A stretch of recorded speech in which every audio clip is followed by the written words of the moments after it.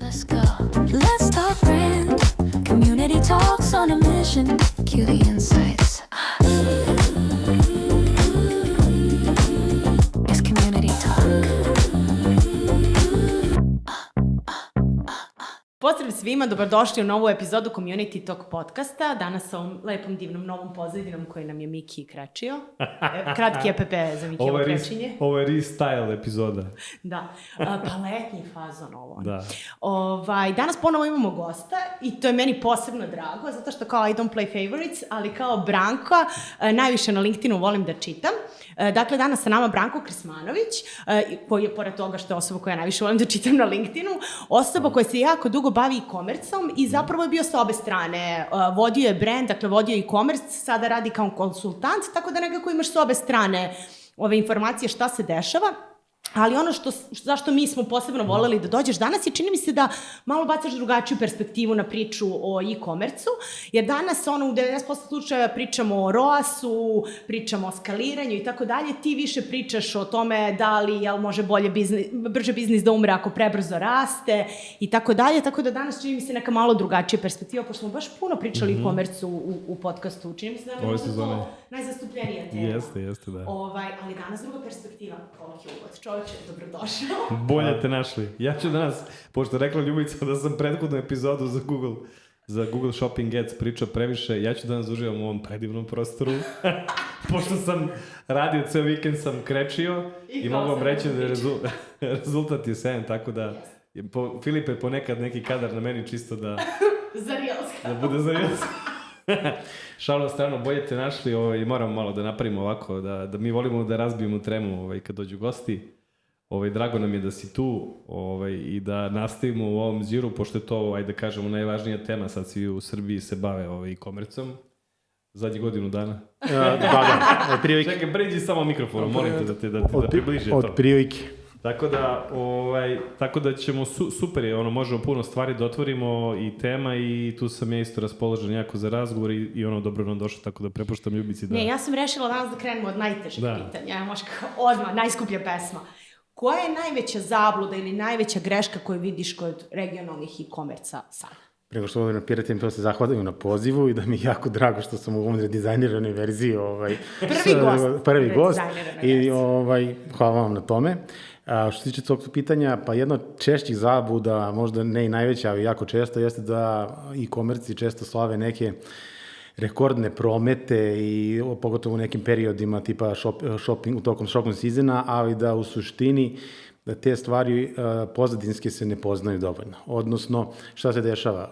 E-commerce igrač poveća svoj promet, on misli da raste, a u suštini ne poznaje ono što mu se dešava u pozadini metrike, odnosno unificirano pitanje je fokus suviše koliko smo mi prodali, a ne na tome da li smo izvukli maksimalnu vrednost iz novog kupca i da li smo zaradili.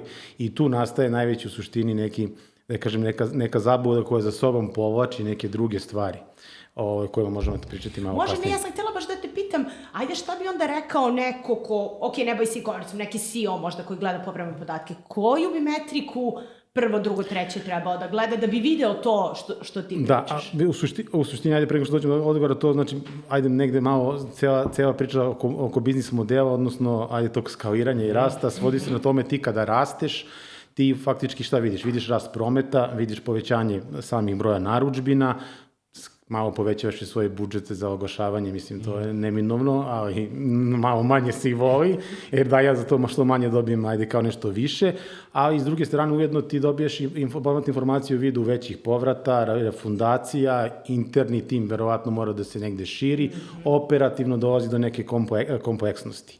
I onda, u suštini, ako se ti fokusiraš samo na jedan segment biznisa, u ovom slučaju gde se naši igrači fokusiraju, to je akvizicija. Ti ako ne možeš da je radiš profitabilno, odnosno ne možeš u suštini da imaš sled akvizicija, retencija, odnosno zadržavanje, da kažem, kupca, pa kroz njegovu monetarizaciju dolaziš i do nekog sistema koji sve to omogućava da bude u kontinuitetu. Sad, ako CEO ili vlasnik kapitala, kude ja češće pričam sa njima, recimo iz moje perspektive, nego, jer on obavlja dvojaku funkciju, onda bi to razumeo, odnosno mora da sagledava biznis kroz akviziciju, retenciju i sistem kojim to omogućava, a metrike koje suviše često se daje veći fokus upravo ROAS, saobraćaj, promet, klikovi, a zaboravlja se jedna druga pozadinska priča da cilj jeste profitabilnost. Znači, koliko ti je trošak akvizicije tog klijenta, odnosno kupca, kako da ti taj način uključavaš taj neki svoj rast, kako to da bude profitabilno kroz retenciju, pa treba da gledaš vrijednog samog kupca kroz vreme, ali i te dve metrike ne mogu biti same od sebe. One kao same od sebe ne znače mnogo, nego moraju da pričaju jedinstvenu priču. I ti kroz tu povezivanje odnosa i troška akvizicije i vrednosti kupca kroz vreme dobiješ informaciju povratno da li možeš da skaliraš, šta je problem. I ono što je treća stavka koja mislim kao metriku treba da razume, mora da razume kontribucionu maržu ili profit po kupcu ili profit po porudžbini. Naravno, ovo je samo u kratkim crtama, ima tu cijela neka pojada metrika koja u suštini su bitne za Ali to stvari govori koliko je opasno za jedan biznis da raste brže nego što sistem može da podnese rast. Jeste, upravo, ali tu ću dati jedan malo drugačiji odgovor, ne samo potvrdan, mislim da negde sistem u suštini, sistem raste kroz ono što smo rekli malo pre, ali gde nastaje bug? Bug nastaje kada nemaš osnove odnosno temelj koji mogu da podrže tu tvoju ekspanziju. Suviše negde, znači ne poznaješ priču da bi upravljao svim mehanizmima. Ti znači možeš da imaš i rast porudžbina i rast prometa, ali ako ga ne definišeš kroz praćenje metrika, kroz neki viši kanalni pristup da bi mogao da malo diverzifikuješ rizik, ti možeš otići u pogrešnu stranu. Jel, meni se čini, baš razmišljam dok ti pričaš, da dosta više ljudi sada gledaju metrike vezane za oglašavanje. Marketinški zapravo, metrike, a ne biznis metrike. I mnogo se više bave brendom, u smislu sad, ne znam, kolekcijom koju imaju, bave se sa tim kako će to sve vizualno da izgleda, pa se onda bave organikom, pa se bave se PS-om. Znači, dosta stvari, ja kažem, čini mi se nekad da je izgubljen fokus. Pogotovo kod ljudi koji vode biznis, znaš. Jer u suštini ROAS ništa ne znači ako biznis nije krajnje, kako se zove, profitabilan, pričam novi ROAS, kako se zove za oglašavanje. Tako da, baš dosta ljudi, pogotovo kad uđu, mislim, ja znam da je to svima jako zanimljivo i da je izazovno, ali dosta vlasnika biznisa, uopšte e-commerce biznisa i dosta ljudi koji se bave e-commerceom, mnogo energije troše na to. I onda je to prosto igranje, znaš, kao sa cenama i onda sa budžetima, je to gledam na dnevnoj bazi, znaš, kao ajde da povećamo za ovoliko, ajde da smanjimo onoliko, ja kažem, čekaj bre, po kom osnovu se donose te odluke. I sad ovako ih i javno i sve savjetujemo da je to pogrešno, znaš, nema tu prosto, svaka platforma radi za sebe.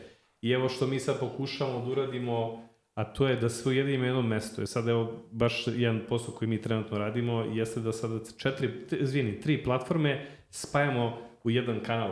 I imali smo 3 platforme koje su, svaka platforma je kod jedne agencije, znaš. Dobro. Jeste, ono što negde, nažalost, to nije redak slučaj na samom tržištu, da su, ja dajem tebi malo da radiš Google, ti meni daš da radim Metu, nekom ću dam da radim TikTok, i onda prvo što se desi, prvo se raseje odgovornost. Ja uvek mogu da upravo, prvo se Miki nije dobro uradio svoj deo posla, meni sve to radi super. Malo samo digresija na ono što si negde rekao, ljudi se dosta bave, ali bave se možda na pogrešan način. Mi pričamo o ROAS-u kao metrici koja jeste, tu mora da bude, ali s druge strane ona sama po sebi je poprilično, iz mog ugla, poprilično plitka. Plitka je s jednog razloga jer je možda neki nus pojav neki prošlih vremena kada je to malo bilo možda neka enigma. Sada ti relativno lako možeš da objasniš i vlasniku biznisa koji možda ipak ne razume taj e-commerce, jer je on možda poteko iz trgovine neke klasične ili iz neke druge sredine da mu to nije blisko, a s druge strane taj ROAS njemu ne govori ni šta se dešava sa njegovim, ne znam, koksom, odnosno troškom nabavke robe, šta mu je sa profitabilnošću. To on možda, ROAS jednostavno lepo izgleda na nekom Excelu, na nekom papiru, ali u suštini je vrlo opasan element ako ga samo koristiš da na osnovu njega skaliraš nešto dalje, da rasteš. I tu treba uvesti opet neke druge metrike koje smo rekli, vrednost kupca kroz vreme, trošak akvizicije i to. Ali to me podsjetilo, ti si baš jedan lep tekst u zadnje vreme, ne znam, skoro je bio da si u stvari pričao o tome koliko se uglavnom bave akvizicijom, retko ko se bavi, mislim, dosta pišeš o tome, održavanjem tog kupaca, merenje koliko vredi. Onda me podsjetilo neki dan kad sam ja pisala pa smo komentarisali, ti ako u Srbiji sve to dobro uradiš i meriš u asi sve i onda ti 14 dana ljudi čekaju da im stigne paket ili pošalju 6 km na paketomat, to ti u ROAS-u ne vidiš, jel? A u nekim drugim metrikama ćeš jako lako da vidiš to nezadovoljstvo. Jeste, to stoji. Ono što kažem, akvizicija sama po sebi negde je možda i osnova e-commerce kao inicijalna priča. To dosta stvari je setovano oko akvizicije, same platforme, same agencije, dok retencija, odnosno to zadržavanje i to nešto sve dalje što ide, dolazi kao neka druga pozadinska priča. Međutim, mislim da u vremenu kome živimo, onako malo su se stvari promenile sa aspekta e-commerce, gde čak i kod nas i regionalno on postaje onako neko zrelije, izlazim iz neke faze, s druge strane i za vlasnike kapitala novac je sve skuplji, malo je, znači, povrh ti sad moraš da izvlačiš više iz onoga što imaš, odnosno da izvlačiš veću vrednost od klijenata, potrošača, konzumera, iz baze koje imaš, a akvizicija mora biti tu, ali ona mora biti profitabilna. A ona je malo i lakše za sažvakati kod vlasnika, zato što ti kažeš, vidi, ja sam odvojio budžet X, pustio sam neke kampanje, ide tu taj saobraćaj, vidimo mi tu neke konverzije, dolazimo do ROAS-a, i ti kažeš, vidiš, nešto se dešava, ide sve super, osjećaš da ti imaš neku brzu pobedu, imaš nešto što je onako možda opipljivije. A bravljenje, kako se zove, nekim drugim momentima poput retencijnog zadržavanja klijenata, to je već malo teže. Tu znači nema brzog feedbacka za 3, 5, 7, 15 dana. Moraš da koristiš neke druge mehanizme i alate i kanale da bi ti sad stvarno počeo da izvlačiš iz toga. Međutim, moje mišljenje je da jedno bez drugog ne može. Odnosno, moraš imati akviziciju, moraš imati retenciju, sad u kom odnosu zavisi u kojoj si fazi kao biznis, šta želiš da postigneš kao cilj. Koliko imaš potrošača, mislim, bitno je kolika ti je baza, znaš. Čekaj, ajde da damo ljudima konkretne, opipljive, ako si na početku kao e-commerce, treba koliko da se skoncentrišeš, ako si u nekoj srednjoj fazi, ako si sreo biznis. Vidi, tu sad zavisi šta želiš. Ako znači imaš preduslove da si negde setovo stvari kako treba na početku, a kad to na početku je jako bitno, a to ljudi zaborave, ajde ja ću malo da biti širi. U suštini, ono što treba, ako pričamo o nekom e-commerce-u koji želi neko da otvori nešto novo ili već ima, ali možda nije uradio pozadinsku, ti treba da znaš kome, šta, koliko, kako. Treba da uradiš neku projekciju svog biznisa, ne kažem onda samo biznis plan, ovo je projekcija svih ono što se dešava, koliki ti je promet, kolika ti je marža, koliko ćeš da imaš, da kaže, potencijalno ulaganja u marketing, kakvi su ti drugi neki operativni troškovi i da imaš to barem za nekih 24 meseca da bi ti mogao da izdefinišeš neki svoj put. Da, to izvini što si pričao, da često biznisi odustaju jer ne vide te brze fikseve. Čak i evo, i kad si u agenciji, tebe kad neko angažuje da radiš, klijent očekuje time što je tebe angažovao da će imati rezultat za 30 ili 60 dana. On će imati prve korake, ali dugoročno da bi izašao na zelenu granu, ako nije u prethodnom periodu radio neke stvari koje treba, on će morati da uloži i da sporije rasti i da uloži u kontinuitetu, a tu se gubi malo i kontinuitet, odnosno strpljenje. Ali znaš šta je tu problem? Mislim, različite su perspektive. Jer ne možemo prosto, ajde ovako da to postavim, dođe neko ko hoće da napravi veliki promet s jednim proizvodom. Kako bih rekao? Ti imaš dosta stvari, kako bih rekao, ljudi imaju različite perspektive, znaš. Onda imaš sada marketplace-ove da odeš, znaš, ubaciš ako imaš 1-2 proizvoda. Kažem, vrlo je važno od samog starta postavljati jednu po jednu stepenicu i ne izbacivati procese. Znaš, dobro, i znati šta želiš, jer ako ti je cilj takav, onda se drugačije ponašaš. Skakanje s kanala, znaš kako ja to vidim? Ja vidim da, oni taman smo savladali Shopify ili smo savladali, ja znam da vi radite sa Klavijom, i da ste super u Klaviju, onda poenta priče, znaš, ili da govorimo o Metu ili Google, imam osjećaj da ljudi hoće da, kao od svih kanala, uzmu sve najbolje i da pažnja bude, ne može pažnja da bude 100% na svemu, to hoću reći. I ja negde savjetujem ljude da, ajde prvo da specijalizuješ jedan kanal i taj jedan kanal da ti donosi profit, da si ti zato da si stabilan i naravno ti neće donositi svaki dan, kako se zove eksponencijalno, da rasteš ovako kao raketa, ali mi se čini, da li se tebi čini da ne postoji to strpljenje u smislu specijalizacije kanala, nego bi nekako sve, i ako može odmah... Odmah hoće svi. Što se tiče specijalizacije kanala, tu sad, da, slažem s tom. Znači, to ono što sam negde rekao, ti moraš imati stabilan temelj, osnovnu priču, sistem, koji ti kaže da ja sam profitabilan na Google, idem dalje. Ali i tu mora se voditi, iz mog ugla voditi računa o momentu kada to radiš, jer stvari se sad dešavaju suviše brzo. Znači, i sa aspekta promene onoga što se dešava na bazi samih platformi, a i kod samih potrošača negde. Razumevanje jednog kanala je idealno, znači kad ga razumeš do kraja i srž šta ti on donosi, pa sledećim dodaješ neku inkrementalnu vrednost, to je, da kažem, jako bitno. U većini slučajeva sa kojima se ja susrećem, svi traže 2 plus 3, 4 kanala. To negde ima smisla ako sistem ima predispozicije. Evo, spomenuo si Klaviyo. U većini slučajeva neko čak i kaže ja imam bazu od 30.000 email kontakata, ja kažem dobro, a kad smo radili neku filtraciju baze, jer znamo koliko je tu aktivnih, kako je tu stopa otvaranja, pa ne, to mi nismo nikad radili. Ali ne, mi šaljemo preko našeg servisa, mi šaljemo redovno mail i kakav je rezultat, pa ne znam. A dobro, to je ono, sad me podsjetilo ovo što pričaš i na epizodu sa Vladom Ćukom, koji inače pričao o tome i šta zapravo znači, ali me podsjetilo zato što smo s njim pričali o lojalnosti, pa me sad zanima iz tvoje perspektive ovoga što pričaš, kako se onda gradi lojalnost? Javnost, ovako, mislim da... Ako uopšte postoji, pošto možemo povežemo i sa ponašanjem potrošača, kako se to menja. Mislim da se potrošač u zadnjih 5-6 godina značajno promenio na našem prostoru. Od pandemije pa na vamo, on i poprima neke druge karakteristike i u najmanju ruku možemo da kažemo da je zreliji. A moje mišljenje je da je i manje lojalan.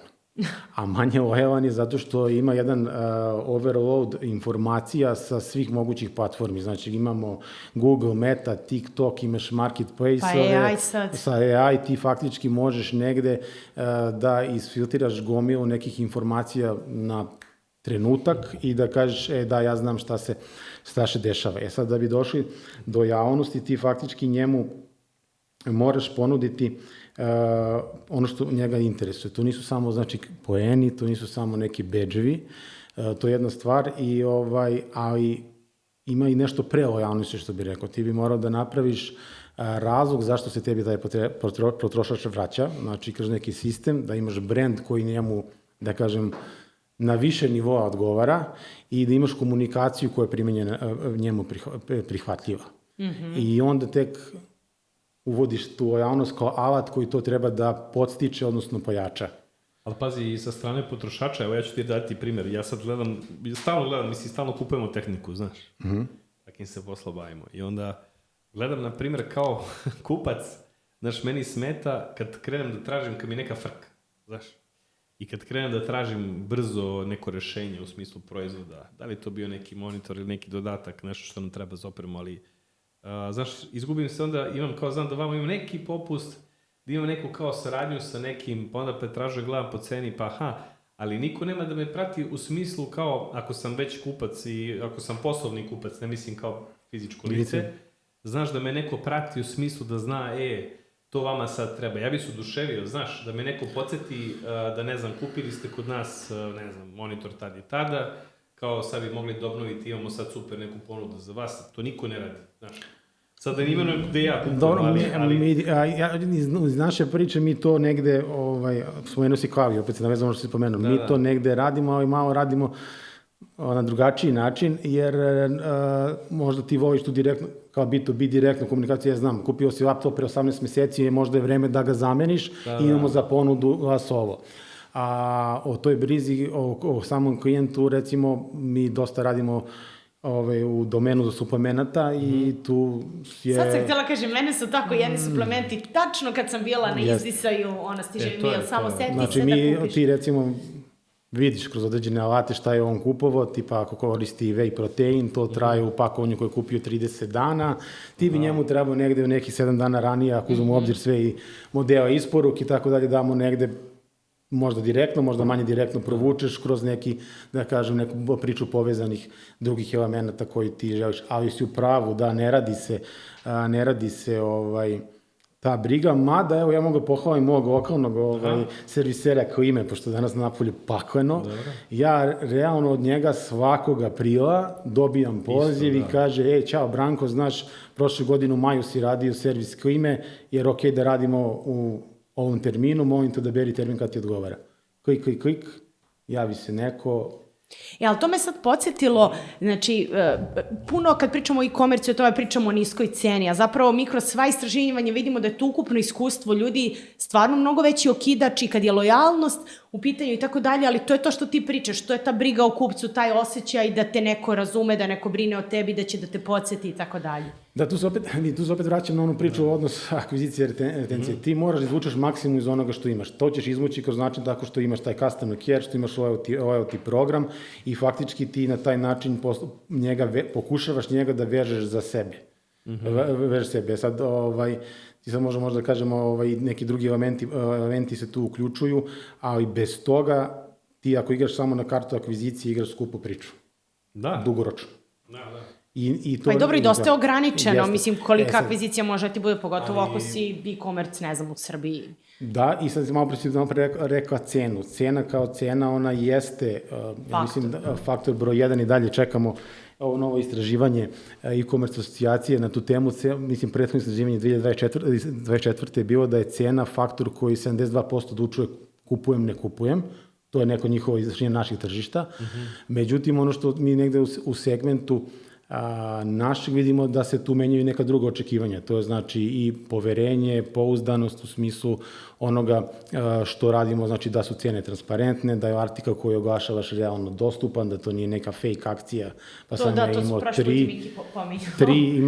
imaš tri kompjutera ili 3 monitora koji realno se rasprodaju sat vremena, tebi se oglas vrti u nedogled. Ili si ga kupio pa ti se vrti još 1-2 nedelje posle toga. Pa to sam ja imao jednu situaciju. Da, imao sam situaciju. Još više ti se vrti. Još više. Ne, malo pre sam rekli kako ja kad mi izlazi, tamo sam u fazonu, ako me neko trekuje, kupila sam, pustite me na miru. To se dešava te situacije se naročito dešava u periodu, ne znam, crnog petka. To znači ljudi jednostavno dođe do nekog diskonekta, neko nešto ne proverava i to je... Dobro, ništa što ja samo... To je neminovno izgleda.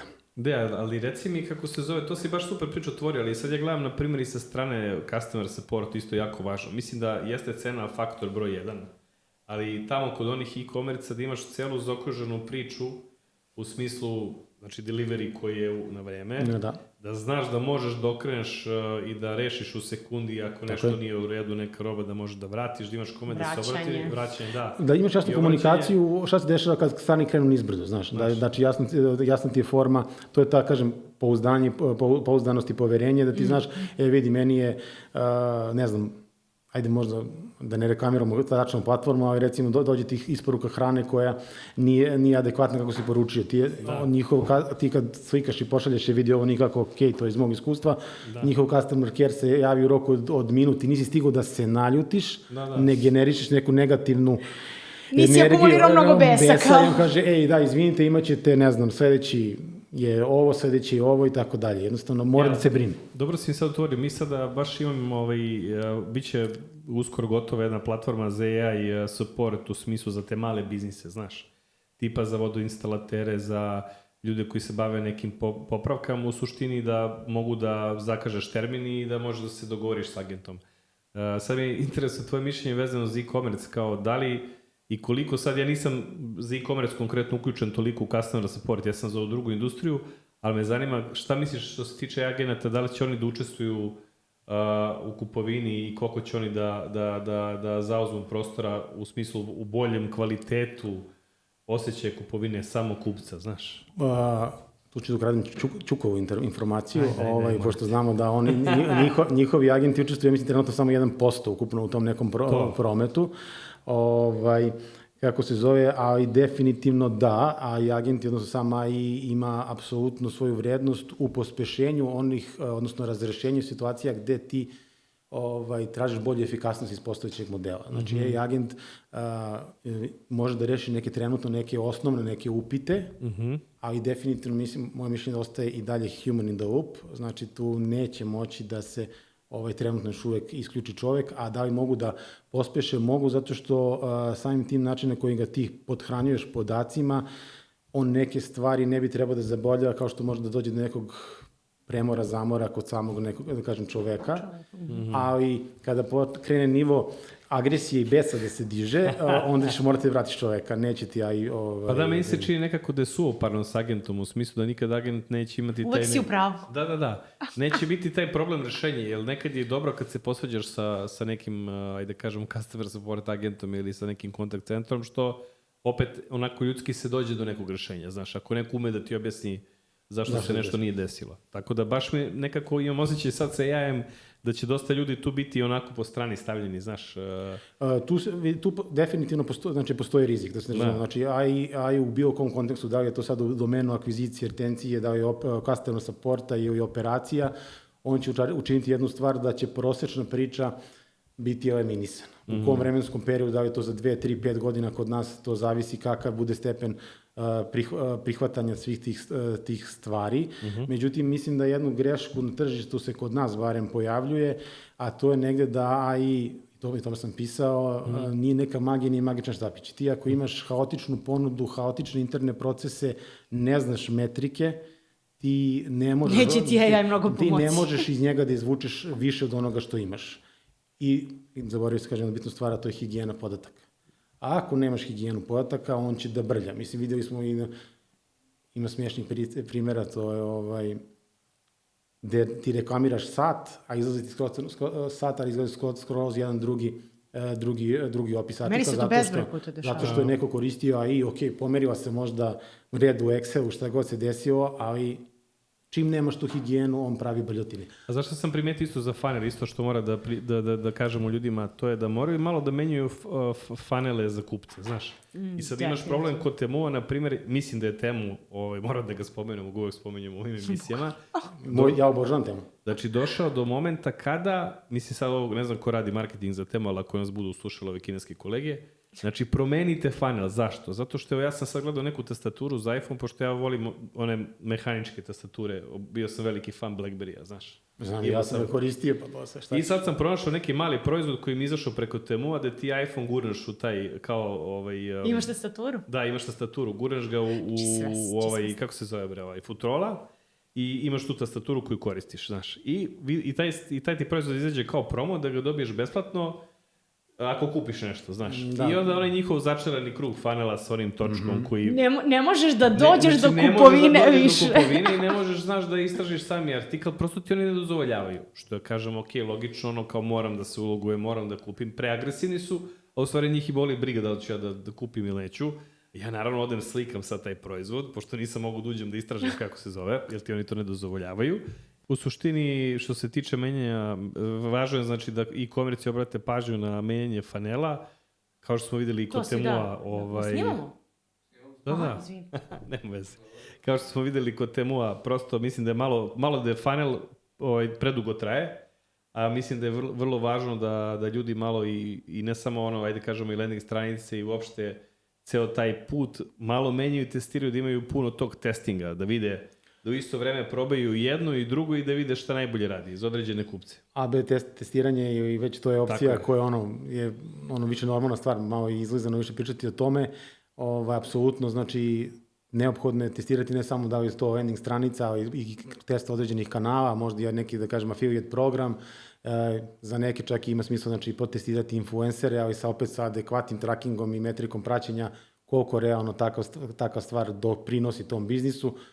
Moje neko iskustvo da obično to podigne priču za 3 do 5, 7 dana i onda to posle krene da jenjava.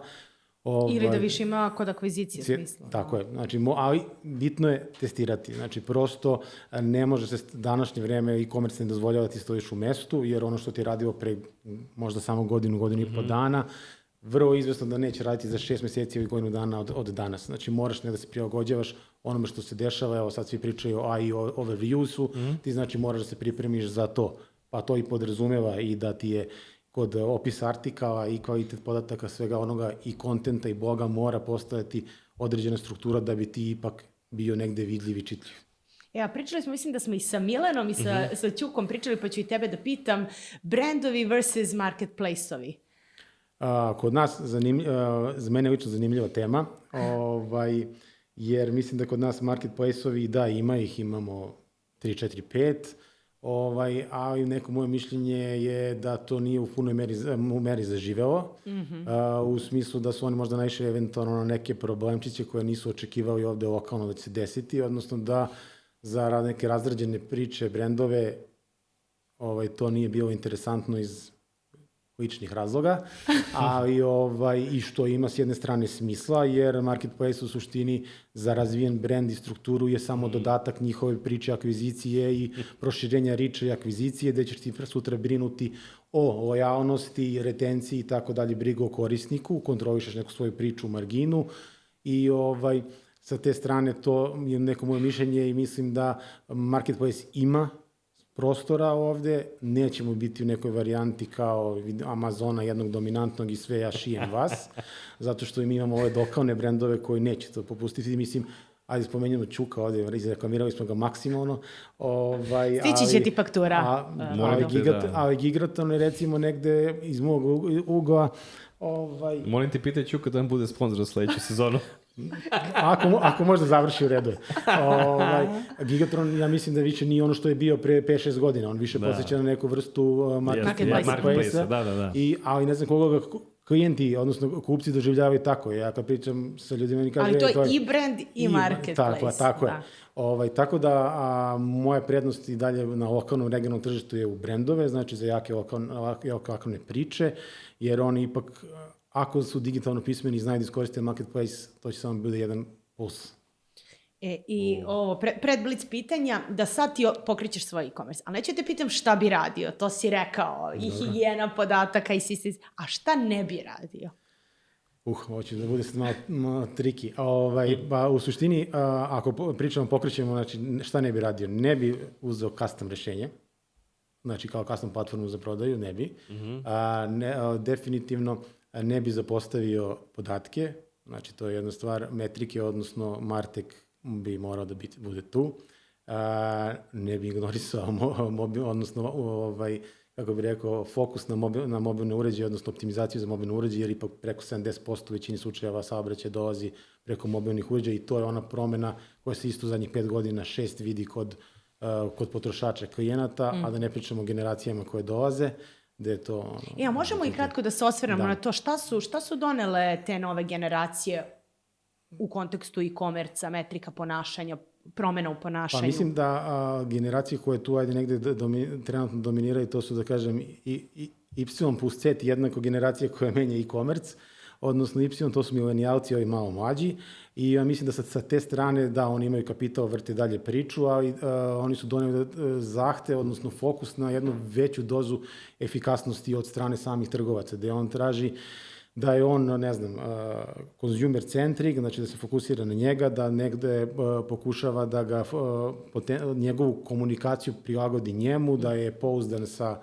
sa ovim, da kažem, isporukom i sa cenom i sa celom pričom, i vodit će još neko vreme tu priču. Međutim, generacija Z kao game changer za mene, ili ti trendsetter, kako god želiš da ga pozoveš, oni su ovde više...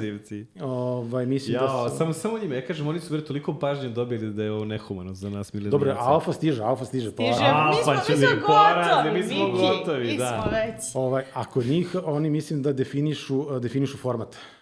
U smislu social first, ako ti meni ne budeš prilagodio moju komunikaciju TikToku, ti mi ne voziš u radar i gotovo. Znači, i to opet povećava kompleksnost za i trgovce. Znači, ti moraš da proširuješ ono što smo pričali, broj kanala, nije to više Google i Meta. Znači, ne bi se fokusirao na jedan kanal, da, gradio bi ga, ali moram voditi računa kome se obraćam. Znači, ako je moja mlađa populacija, moram prilagoditi... Šta ti je u stvari dominantan kanal? Tako, koga ti želiš da kupiš?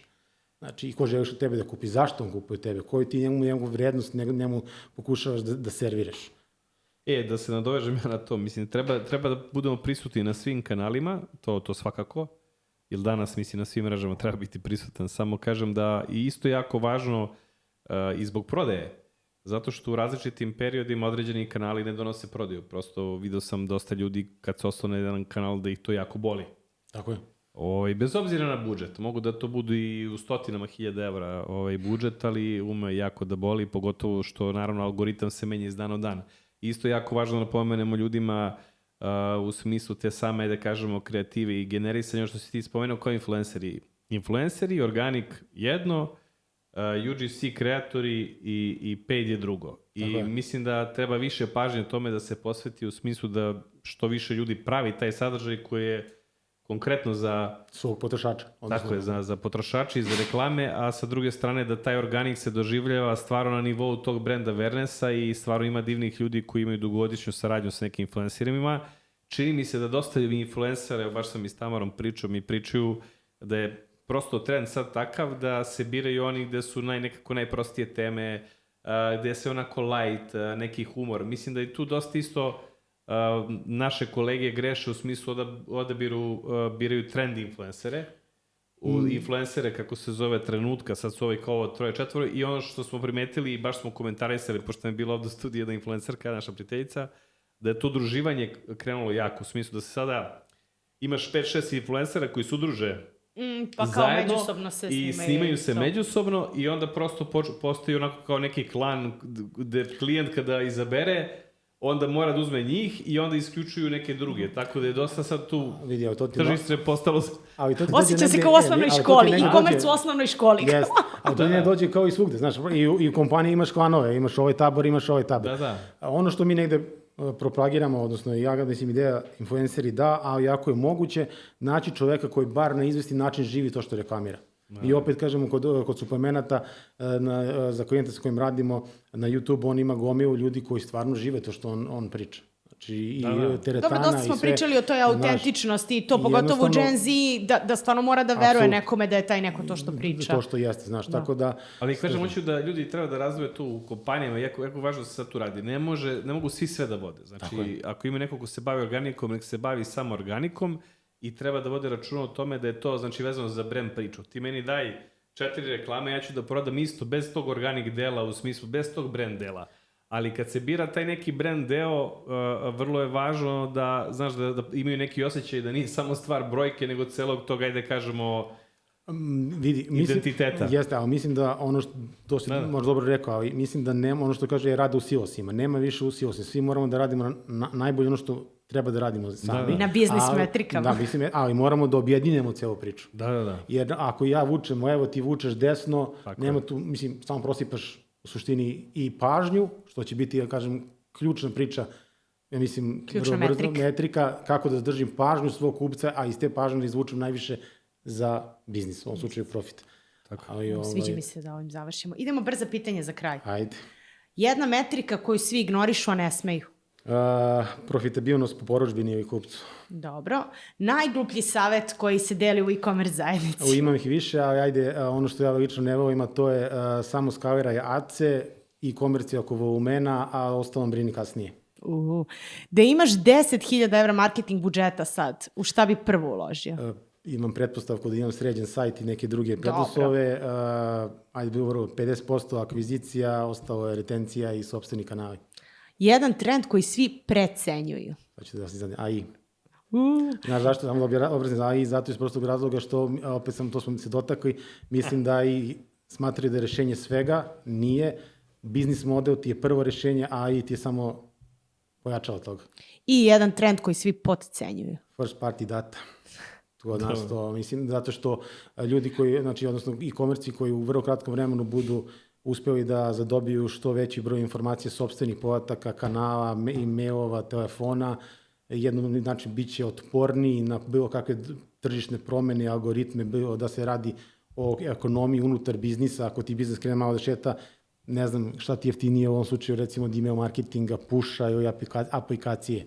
Tako da tu si negde, za mene, za biznis to je trenutno. To je to.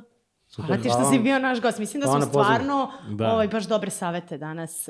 Dobra epizoda za prvo gostovanje, super. Prvo gostovanje sa zelenom pozadinom kidamo.